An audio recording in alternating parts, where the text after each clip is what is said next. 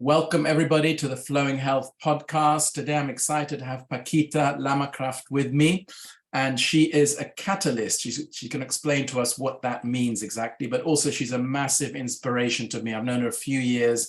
We met at a networking group and we always keep in touch and meet up to hopefully inspire each other about dealing with life's challenges. I think you'll find this very inspiring today. Welcome, Paquita. Hello. Lovely to be with you. Oh, excuse me, my voice just wandered off. Hello, Alessandro. So good always to be with you. Yes, and look, I haven't heard you explaining you're a catalyst. So could you tell us, our listeners, what do you mean by that at your company at Archer? Certainly I can. It's precisely for that reason. It's to cause people to ask what that means, because the role that I play in the organization, we're a small consulting company and we deal with change. We deal with change with private companies, with global organizations, both for profit and not for profit. And in the change business, you get the most effect by being the catalyst to change and not leading the change, but actually facilitating and bringing out the best in the teams who are going to live with the results of that change that you're bringing. So it gives us an interesting conversation hook at the beginning, because if you call yourself a principal consultant, everybody it's a general thing, but this opens the conversation. Yeah, that sounds very boring, a principal consultant. Exactly. Catalyst, I want to know, everybody wants to know, are you the only catalyst there? I am the only catalyst. Whoa. I used to be a principal consultant with Hewlett-Packard leading global change, and it's a label that sadly in these days, when much recruitment is done by automatic parsing, really, on the internet, and if you don't have the right words in your resume, the hiring manager never even gets to know that you exist, which is a real shame, because these labels are so various in different organizations. They mean quite different things in organizations. So if we label me a catalyst, then I can explain and people are under no misapprehension. Yeah, beautiful. So let's start from the beginning, your story, because I know that you've traveled a lot. You started life on another continent, and tell us a little bit about what brought you to where you are today. I know you're in the UK, living here, but you did start in Australia, am I right? That's correct. Yes, I was born in Australia. I'm a third generation Australian, and my parents were, I suppose, my inspiration. You have asked me before. I tell a lot of funny stories about my family, but they were a great inspiration. They didn't have an easy time. My mother's family came from incredible wealth, and ended up having to start again, which is something which a lot of people in this era, and especially in the case of war zones and such, can relate to. It's a salutary experience, I think. And they had to start again and build their future. Then my father was working for Guinea Airways in New Guinea before the war. And when war broke out, the station manager said to him, "This war is going to be a guerrilla war here, and you don't know the country well enough yet. So go back to Australia and join up with your regiment there," which he did. He was at in Darwin when Darwin was bombed, which a lot of people don't realize that Australia was bombed during the war, and narrowly missed. He had a piece of shrapnel that narrowly missed him from there. And then he went on to later, when my brother was born and times were really tough, And he went back into the army and went to Korea. And I was tiny at the time. And my mother was convinced she'd never see him again. He then became an intelligence officer. He always jokes it was because the intelligence officer was run over by a Jeep. But anyway, he used to send us marvelous letters, and I've still got them with sketches. And he's got a sketch of him carrying the Jeep out of a mud puddle and all these sort of things. And he had a little mouse who shared his tent. But one of the inspiring things, he was in Korea, and he had his children, I mean, I was just in kindy, make scrapbooks for the children in Korea and send them to the Korean children about what our life was like in Australia. And it's all about people and understanding that wars aren't made by people. And then he came back to Australia, and then he went back again and was part of the negotiations for the repatriation of prisoners. And my mother begged him not to go back. She said, "You've come back alive, please don't go back." And he said, "I have to, because I came back and they need to come back." And the only reason I ever found that out was because when I was in Canada feeling very lonely, and my first overseas residency, I immigrated to Canada, the eternal optimist, with $300 at the time and a cabin trunk. You know, it's the other end of the earth. I mean, goodness gracious. I was 21, and went to a friend, took me to the army mess for a dining in night, and they said, "Oh, Padre, we'd like you to meet a guest of ours, Paquita Lamacraft." And he turned and he went, "Lamacraft? Lamacraft?" He said, "Desmond Lamacraft." And I nearly burst into tears because I was so homesick. And I said, "That's my dad. You know my dad?" And he told me, he said, yes, there was a Brit, a Canadian, a Belgian, I can't remember, there were 4 who were on that group. And I had no knowledge of it at all. My dad was mentioned in dispatches, no idea for what. It just, you know, has a short paragraph or so. Neither did my mother. The only reason my mother knew was because people phoned her up and congratulated her. She had no idea. So they were very non-attention seeking people who were incredibly generous, very funny, and took life to be very precious and to really treasure the moment. And I think that's where it came from. My mother was a most remarkable person. She had polio when I was a baby, and the neighbor took me, and she lost her speech at first. She got that back. She lost all movement down her left side. She got that back, and she recovered. And then she had that Asian flu, the big second round of Asian flu, when I was a toddler, and nearly died with that. She had probably about 25 years of undiagnosed asthma, bless her, and couldn't work out why she was having trouble breathing. And then she got cancer, and she's the single living statistic for the extent of cancer that she had. And in those days, there was no support groups and no help, you know, to guide you through. And she said, actually, my dad was busy being Mr. IBM and rising to the top, as one did in those days, and later, when he realized how alone mother had been to deal with these things, when she was not well, and he, who we certainly knew could boil an egg but nothing more, made these gourmet meals. She said, "Look at this, it looks as if it came off the pages of Gourmet magazine." And I said, "It probably did." And she said, "I think he's trying to make it up to me," because she was a gourmet cook. She was a wonderful cook and hostess. You've been away a lot, I suppose. Yeah. And I said, "No, I don't think so. I know so." He was really looking out for her.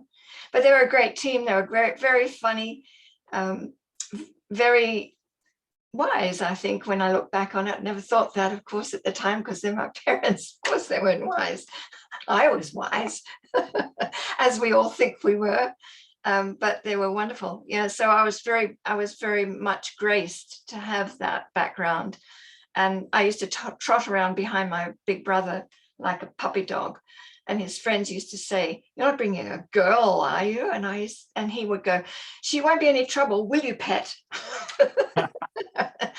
So that's where I got my love of aircraft and antique and classic cars, because anything he was interested in, I was interested in. So we had Airfix models all across the roof of our bedroom. Yeah, I remember. Gosh.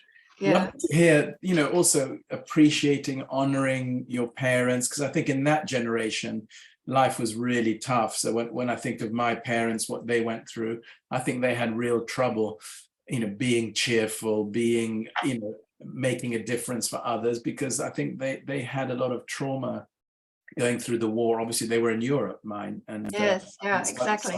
Sardinia was a real, Must have been, I can only imagine. And I think when I was in the situation where I was, again, if I go back to the story, I went to Canada, and then from Canada I came here, actually. Oh, I went to America, and then I was there for 9 years. And after 9 years, I thought, well, I could see the gap between the haves and the have-nots was getting wider. And I said to my friends, I don't want to be, I've been here 9 years. If I stay 10, I'm making a commitment.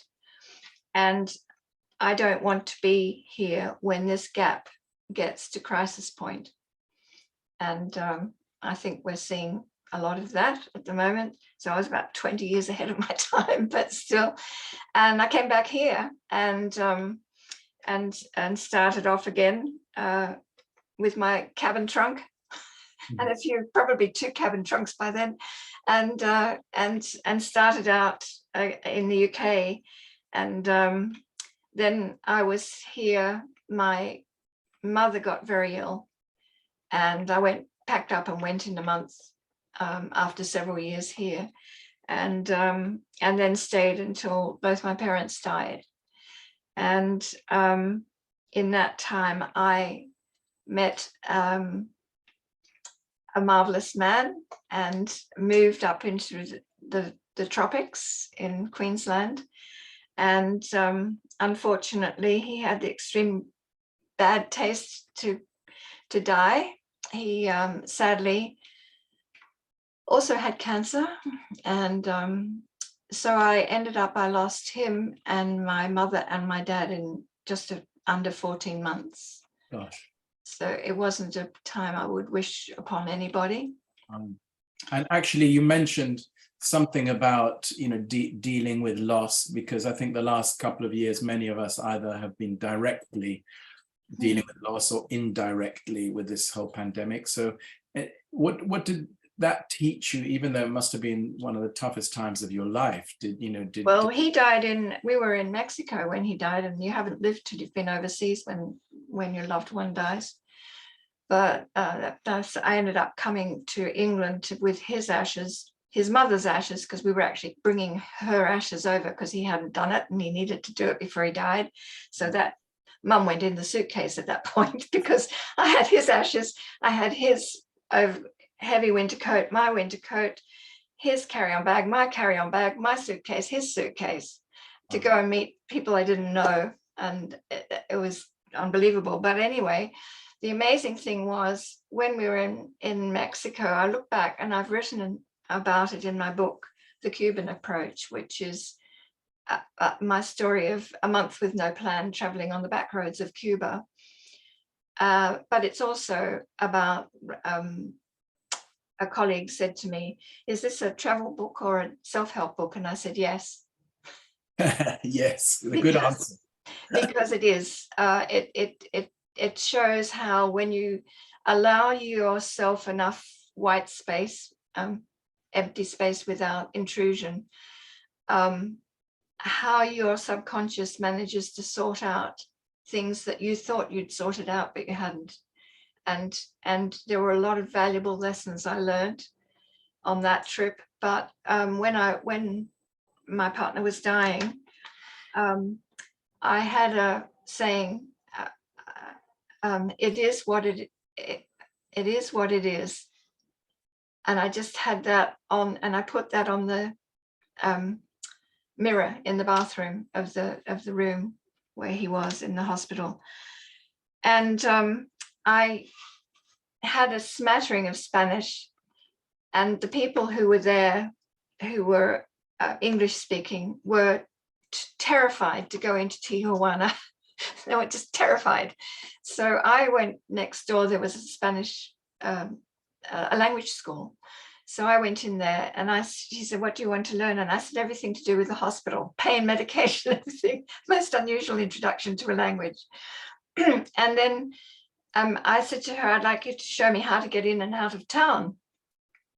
So I went in, and there's hilarious stories about that in my book. But I used to go into town and come back, and I used to go to the pastry shops. And pastry shops are the same the world over, but they're really different, if you can follow, and bring back. And this was a very health-oriented hospital. And I used to bring back contraband, and we used to get all the other people who were with their loved ones who were very, very poorly, and say, "Look what I've got," and bring out. Scare them out. Yeah. Absolutely. And get people to stop thinking about their illness and start thinking about the other things. I'd bring toys from the markets and get them to have competitions between. And the important thing was to focus on what was and not the future, because the future was uncertain. It was probably certain, but you never think it's certain. And even though you know somebody's dying, it's a shock when they do. And I had a book that was on one side it was good days, and on the other side it was bad days. And there was never a bad day in all that time, because I focused on everything that was good in that day. And even the day that he died, the orderly staff came, and the people who brought the food, they came and they took me into their little cubbyhole under the stairs and made tea for me, and were so kind. And there was a big old English sheepdog used to come and sit on the terrace with us, and from the neighborhood, I don't know. And I was able to sketch him, because my sort of little support group, they were leaving to go back to New Mexico. And so I gave them a picture of the dog to take with them to remember our times together. And we're still in touch. And we're still exchange stories about our lives. And I know that they said, the staff said to me, "You have to sleep." And I said, "I can't sleep. I can't, because if I go to sleep and he dies, I'll never forgive myself." And they said, "No, he won't die. You have to sleep." And so they took me to they had an apartment nearby and looked after me. So I said, I'll sleep if you let him have the nurse that he likes." So they said, "All right, he can have the nurse he likes." Oh. And but it was amazing when I went. The saddest thing is, you think, and we all do this, you think this is really unkind. Everybody else's life is going on as if nothing's happened. And my life is, as it was, is done. It's a new life now. And I don't know how to do the new life. And it's such a traumatic, disorienting, heart-rending time. And you can't, no one can help you with it. Yeah. It's something you have to find your way. And there's a lovely German phrase that's tappen in Dunkel, tapping in the dark. And that's exactly what you're doing. You're just feeling your way. And I was very fortunate. Well, my loss was compounded by the fact that my partner bought 2 companies to startup companies for me to run, so that I would be secure. at a considerable cost, I have to add, and they turned out to be fraudulent companies. Both. Wow. So I lost him, my parents, and I had given up my job to be with him for the last little bit of his life, because we knew he had supposedly 8 weeks. He actually had 6. So I didn't have a job. My car went with my job. I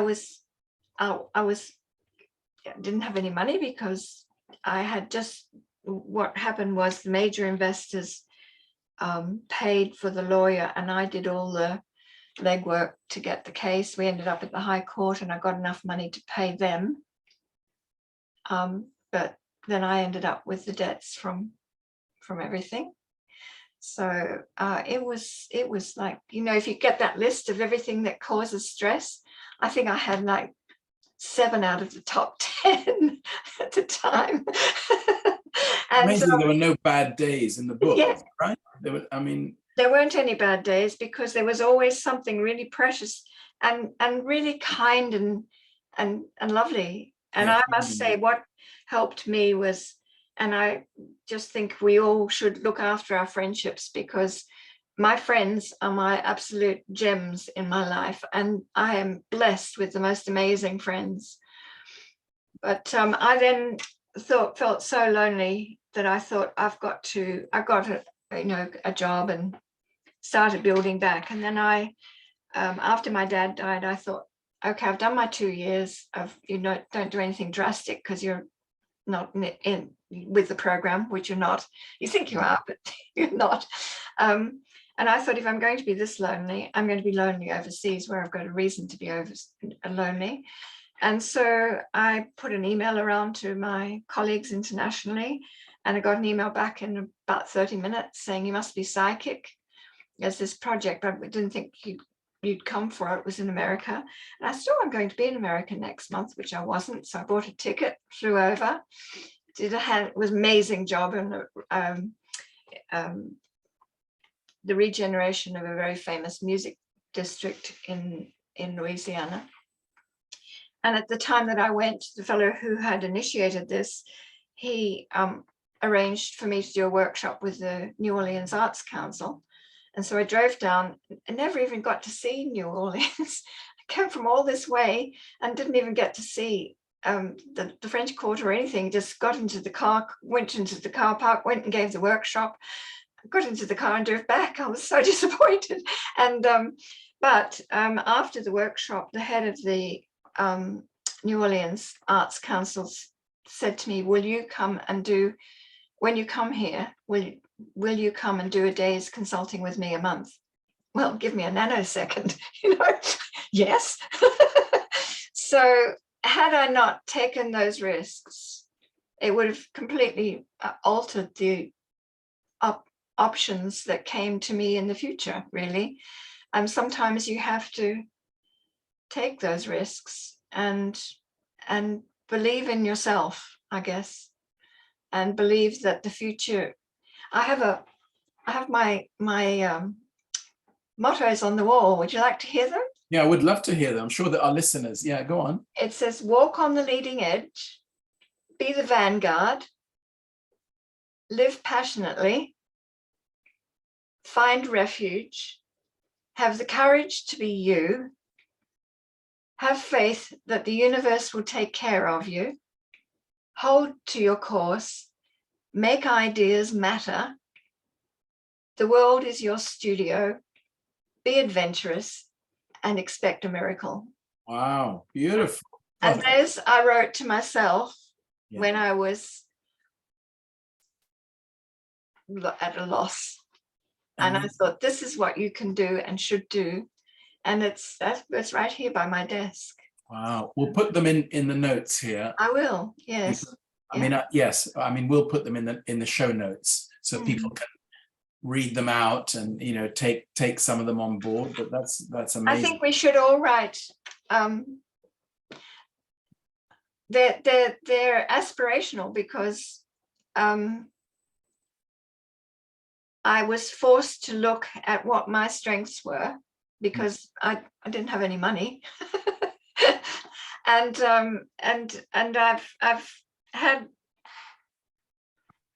I've been very comfortable in my life, and I've had nothing in my life. And I don't think there are many people who have had the experience of both. And I think people would be a lot kinder if they had. Yeah. But the last situation where I met you shortly afterwards, actually, and I came out of a very dangerous relationship where I thought I knew the person because I had known them when in my 20s and thought it was the person I knew. Turned out it was a person of two personalities, one of which was not very pleasant at all. And once I divested myself of everything and moved to another country, I was told, well, let's face it, what options do you have? And I was nonplussed, to say the least.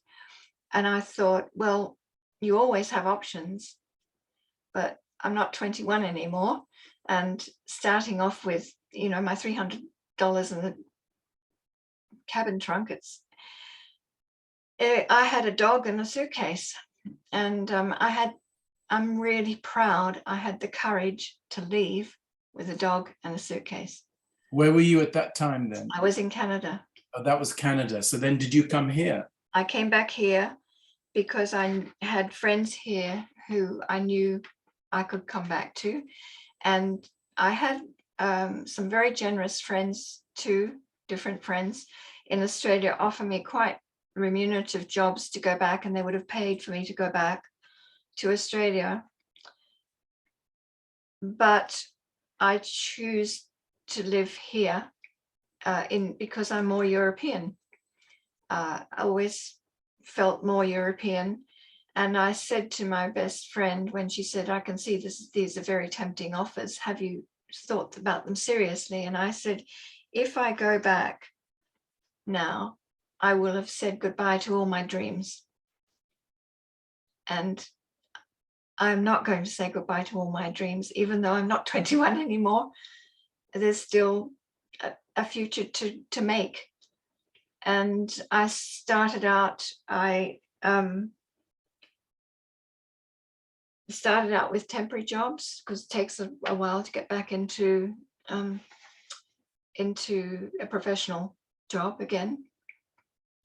But in those jobs, I learned a lot. I learned to always leave a hotel room as nice as you possibly can, because the poor person cleaning it has to do 8 in an hour. And if you're in a 5-star hotel, it's 8 at 5-star level in an hour. And it's exhausting work. Something I'd never done in my life, but you do what you have to do, and somebody said to me, well, we could get you a job, temp job, but would you work for £5 at the time, £5.90 or whatever it was an hour? And I called her several months later and I said, remember you said that, this? And she said, yes. And I said, well, I'm working for £4.75. Is there anything you can do? Wow, that's a low wage, isn't it? It was desperate, a couple of hundred a week. I saved up 300. I saved up for months so that when my birthday came around, I could go to a pub and sit and have a hot chocolate. Gosh. I mean, that's poor. Yeah, but that's amazing. I mean, that's so the life in Australia, then Canada, then America, then Canada, then UK. So well, I worked in Germany for 7 years in between there somewhere. Oh, wow. Okay, slip that in Germany, but the courage to I also worked in Italy, Alessandro. I worked in Bologna for 3 months. Yeah. Wow. On an EU project. That was lovely. Yeah. I learned to love Italian hot chocolate. Yeah. Oh, yes, which they use real chocolate, unlike powder over here. Yeah. Yeah. Amazing. Gosh, it's such a great story. And also your book, I'll put a link in if people want to order that book, The Cuban Experiment. I'll put it in the notes as well, the Amazon link.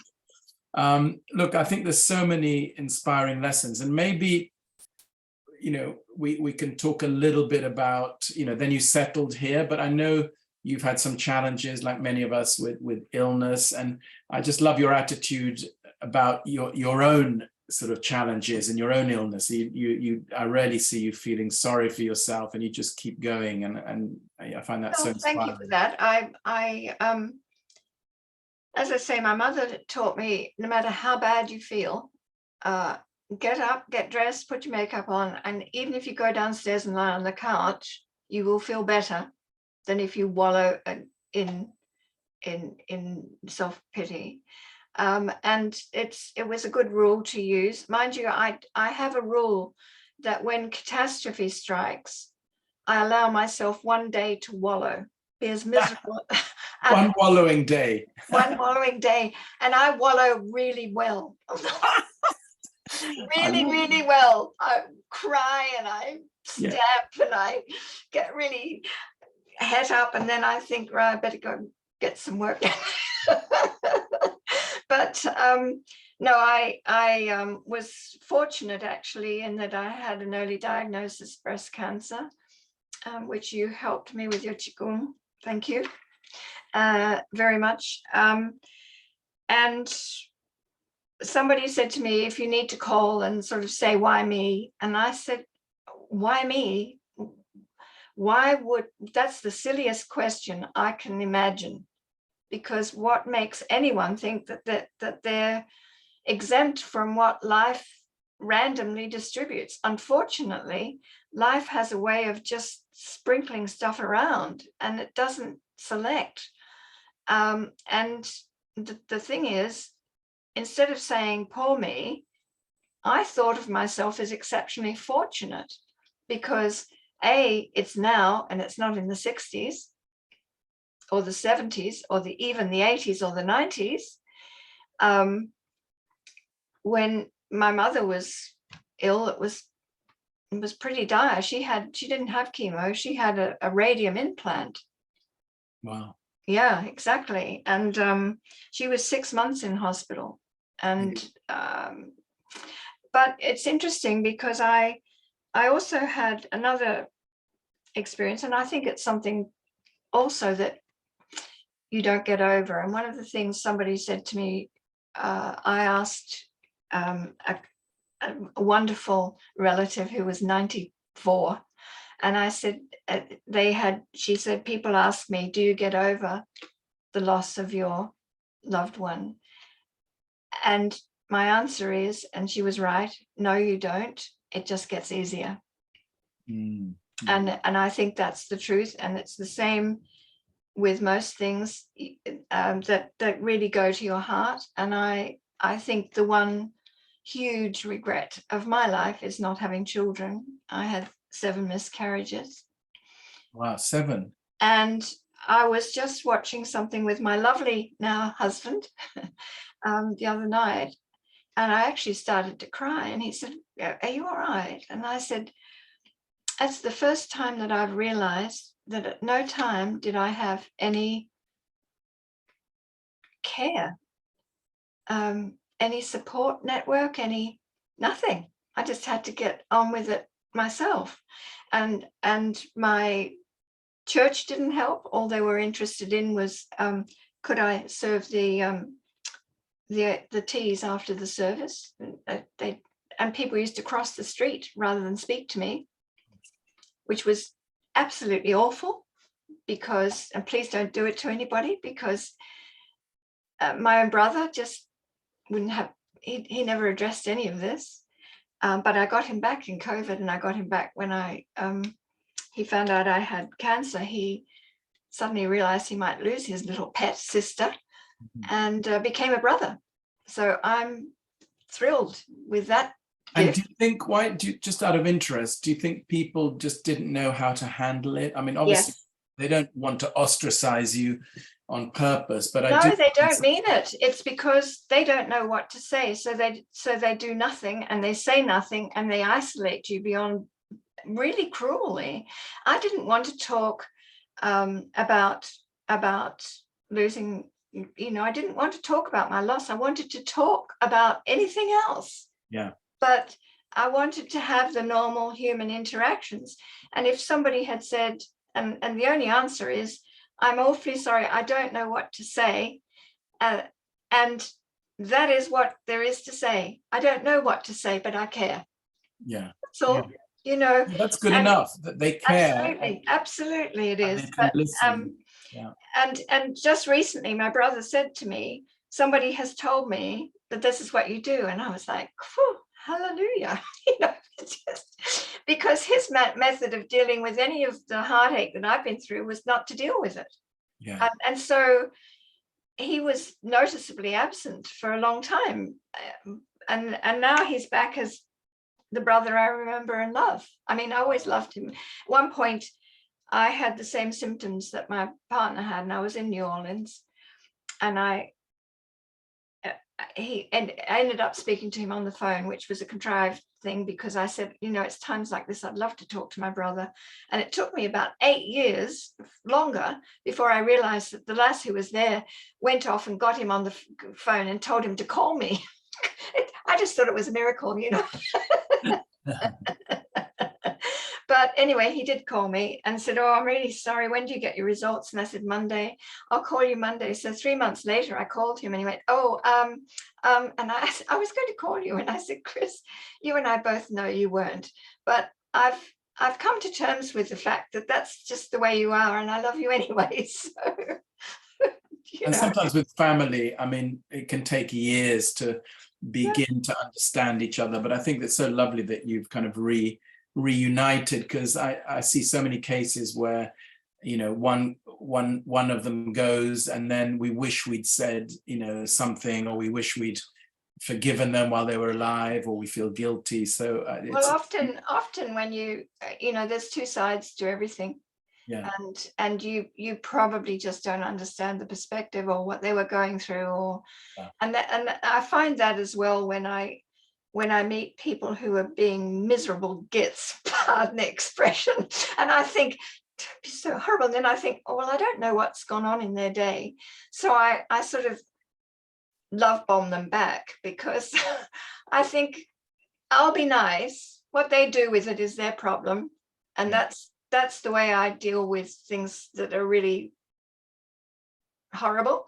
Is the only thing I'm responsible for is how I deal with it. And what they do with how I deal with it is their issue. But if I can look myself in the mirror and say, I've done my best. I mean, I can look back and think of awful mistakes that I've made that weren't too smart and weren't too kind, probably. And as we all can, but there's such a thing. I used to be always looking back and thinking, oh, if I should have, and trying to be perfect, you know. Why? I'm human, I'm allowed. And it's a big lesson to make. And I used to say, I've taken and a boyfriend of mine, wonderful chap, who now lives in Australia, lovely fellow, and he said to me, what you've got to do is take the rear vision mirror off and throw it out the window. That's a great line. I like that. Yeah. Isn't that great? Yes. Yeah, because so much of the time is thinking of the past and what we could have done. We all know, I mean, I'm my worst critic, absolutely. And I used to find taking criticism very, very hard, because I was criticizing myself. And then I had to learn that's okay. And one of the good things was when I went to Germany, I said to my friends, I don't want to speak really rubbish German, so please correct me. And so that was good, because it's correcting all the time. But and they did. But quite recently, somebody said to me, you know, your friend, naming her, and how she used to say things so cutely in English, and we never corrected her because it sounded so cool. And I said yes, and he said, you used to do that in German. None of us like to tell you. Oh. So it's nice to know that, you know, people are surrounding you with everybody really wants you to do well. Yeah. And if you just hold on to the good things. And my wonderful husband, my cancer was diagnosed 6 weeks before we got married, and that's a bit daunting. Yeah, very daunting. And I said to him, if I can't get the cold cap and I lose my hair, I'm really sorry, because I had long hair and he loved it. And he said, don't worry about that for a minute. He said, if I don't like it, he said, I'll just draw pictures on your head. And that's the right attitude. Oh, I love that. Oh, it's so refreshing. Yeah.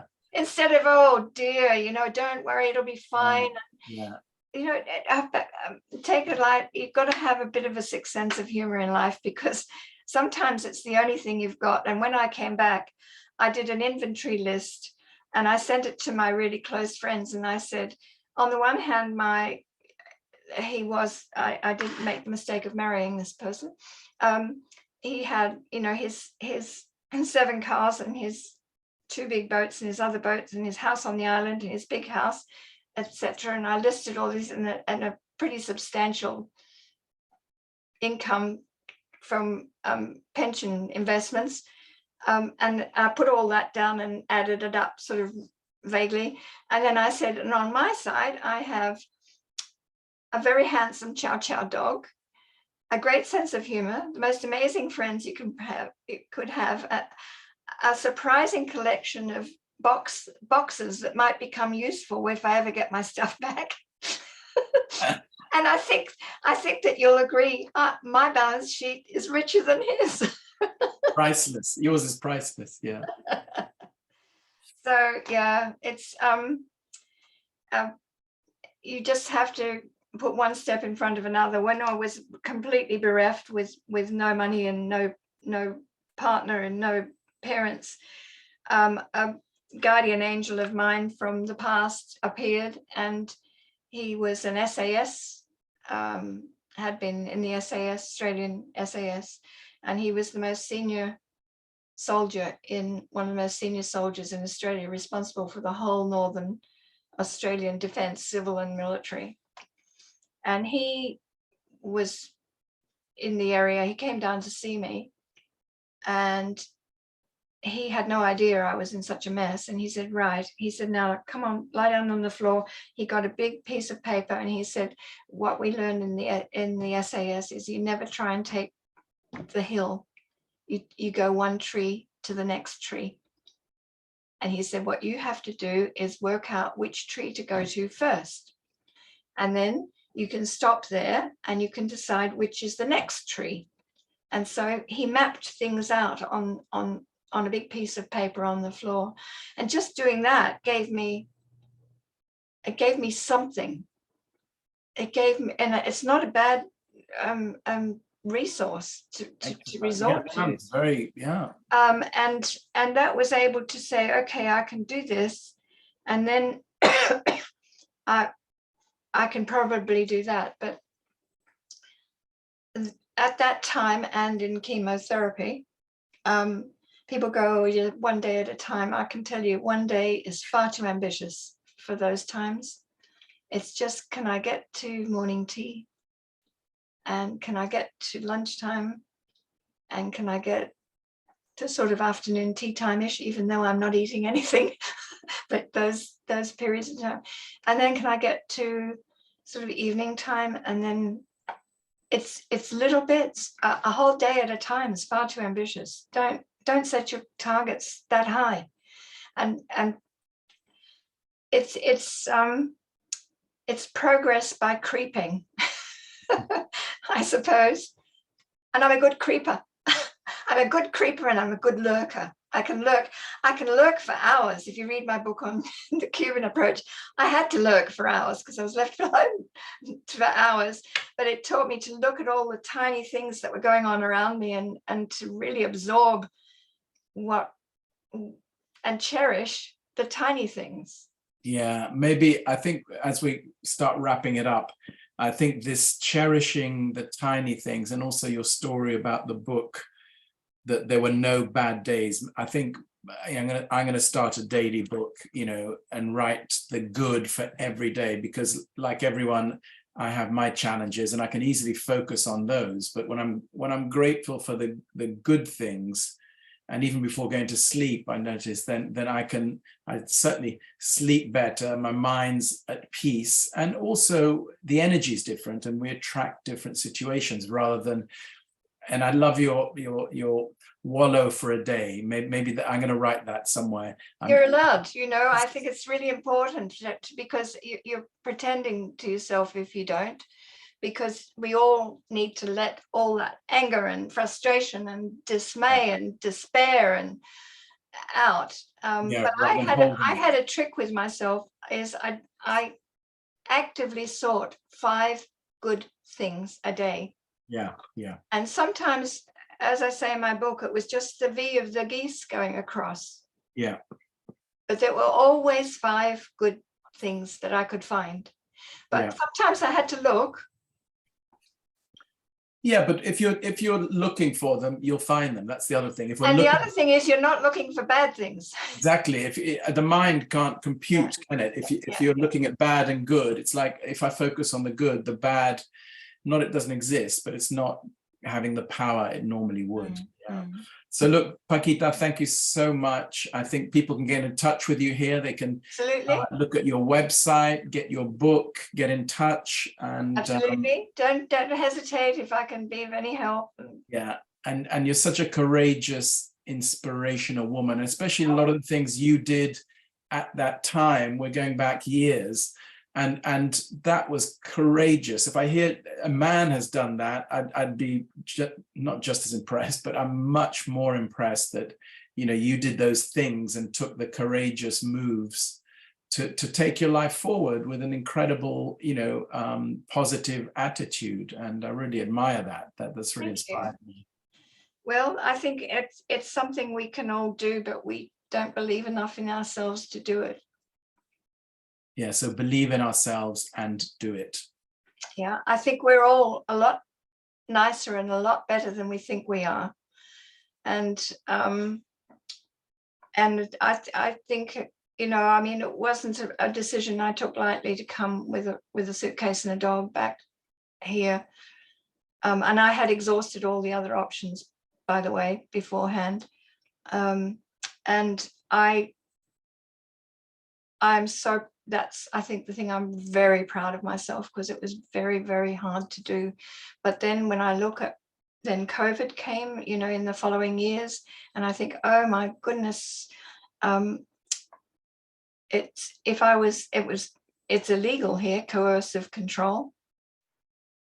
And it would have been a horrific experience. So I had the courage to do that.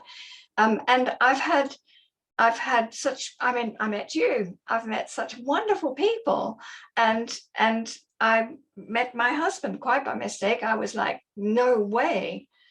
And I didn't quite know how he got under the guard, but he did, just by being nice, I guess. Well, your courage brought you here. If you hadn't made that move, all these things wouldn't have happened. So I think that's for me, that's one of the biggest lessons in this incredible conversation, is just have the courage to follow, you know, okay, you were desperate sometimes, but you did follow your heart, and you took the next step forward rather than stayed stuck where you were or felt sorry for yourself. And I think that's a great, inspiring lesson.